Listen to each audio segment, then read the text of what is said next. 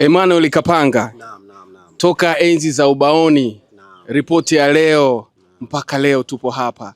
Mwisho wa siku umekuja kumwaga au umekuja kuhudhuria msiba wa bosi wako, kaka yako, baba yako ambaye mengi amekufundisha, madili mengi amekupatia. Una nini cha kutuambia kuhusiana na Sebo ndugu yangu? Kwanza najua kila mmoja ameupokea kwa namna yake, lakini hasa ni huzuni kwa sababu Sebo alikuwa ni muhimili mkubwa sana kati ya wafanyakazi na viongozi. Ukiacha utaratibu wa kawaida wa mabosi kwa wafanyakazi wao, Sebo alikuwa muda mwingine anakaa nafasi ya mzazi kwa kila mfanyakazi. Na sijui kwa wengine wanalionaje, lakini kwangu mimi namuona Sebo ni mtu ambaye alikuwa anatamani kuona kila mfanyakazi anafanikiwa, na kwa kusema hivi alikuwa anafanya kwa mifano. Sebo ilikuwa hata kwenye vikao vya ofisini alikuwa mara nyingi anasema EFM TVE imepiga hatua, imefanikiwa. Wewe unajiona wapi? Hili lilikuwa swali lako kwenye vikao vingi sana alikuwa akiuliza hivi. Alikuwa anauliza hivi kwa sababu gani? Sio kwamba tu taasisi ifanikiwe, lakini pia hata mtu mmoja mmoja unatakiwa kufanikiwa katika muda ambao taasisi inapiga hatua. Ni wachache sana mabosi wa aina hii. Mabosi wengi huwa wanawatumia wafanyakazi ili wao waende, mfanyakazi anabaki kuwa katika hali duni. Sebo namkumbuka kwa mambo makuu mawili. La kwanza, mimi mshahara wangu wa kwanza yeye ndiye niliyopatana naye. Alikuwa general manager wakati ule, aliniita ofisini, njoo, nikaenda. Anambia tumefikiria kukuongezea mshahara. Yaani tuna discuss mimi na yeye. Wewe unataka kiasi gani? Nakumbuka mimi nilitaja kiasi kidogo hivi. Akanambia nitakupa mara 3. Kwa hiyo aligusa maisha yangu, yani hakujua alichokifanya, na nilimshukuru.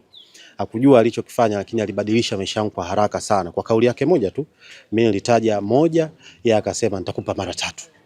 Hiyo siwezi kuisahau. Hii yote naendelea kuonyesha kwamba ni mtu ambaye alikuwa anatamani kijana wake asogee. Lakini lingine, mimi Sebo aliwahi kunipa kazi za nje 2. Ni mtu ambaye alikuwa so kazi kukupa deal pale anapoona unastahili kupata. Nakumbuka kazi ya kwanza ilikuwa benki fulani hivi, walikuwa wanamhitaji dada yangu Dina Marios. Dina Marios rate zake yeye zilikuwa juu sana. Kwa hiyo kukawa kuna mazungumzo ambayo hawakufikia mwafaka. Kwa ruhusa ya Dina Marios, boss Sebo alipendekeza jina langu. Kwamba Dina, unaonaje hii kazi nimpe Ima Kapanga? Dina akasema yes, mpe.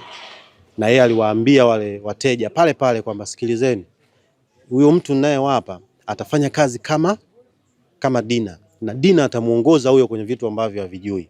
Ilikuwa deal ya kwanza. Deal ya pili ilikuwa deal ya oil. Kuna kampuni moja ya oil ambayo alikuwa anafanya naye kazi, na ni kampuni ambayo tulifanya naye EFM miaka ya mwanzo kabisa.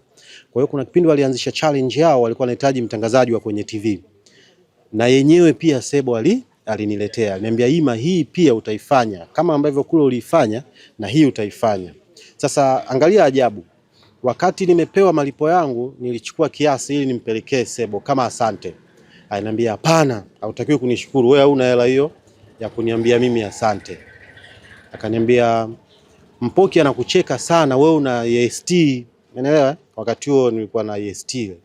Anaicheka sana Mpoki, anaiposti sana, anaisema sana ile gari. Sasa ni muda wa kununua gari. Unaona? Lakini mimi nimerizika nayo hiyo EST. Akaniambia nataka ununue gari. Siku moja amekaa nyumbani akanitumia picha, akaniambia unaiona hii? Ilikuwa BMW series ya 3. Wewe unaikumbuka? Naikumbuka. Yes. Kwa hiyo akaniambia sasa weka humu, Mpoki akusemi tena. Basi kweli nika negotiate na jamaa kupitia yeye yani. Nikatoa hela, hata kuna hela kidogo ilikuwa bado nadaiwa, kwa hiyo nikawa nailipa kidogo kidogo kwa mgongo wake. Nadhani unaona namna ambavyo bosi huyu alikuwa wa kipekee.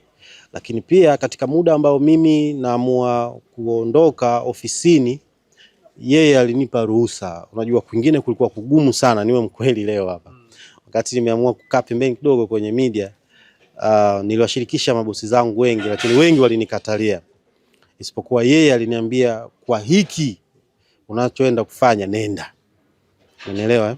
Ila usije ukamwambia mtu mimi nimetoa ruksa. Leo anisamee, nasema hivi.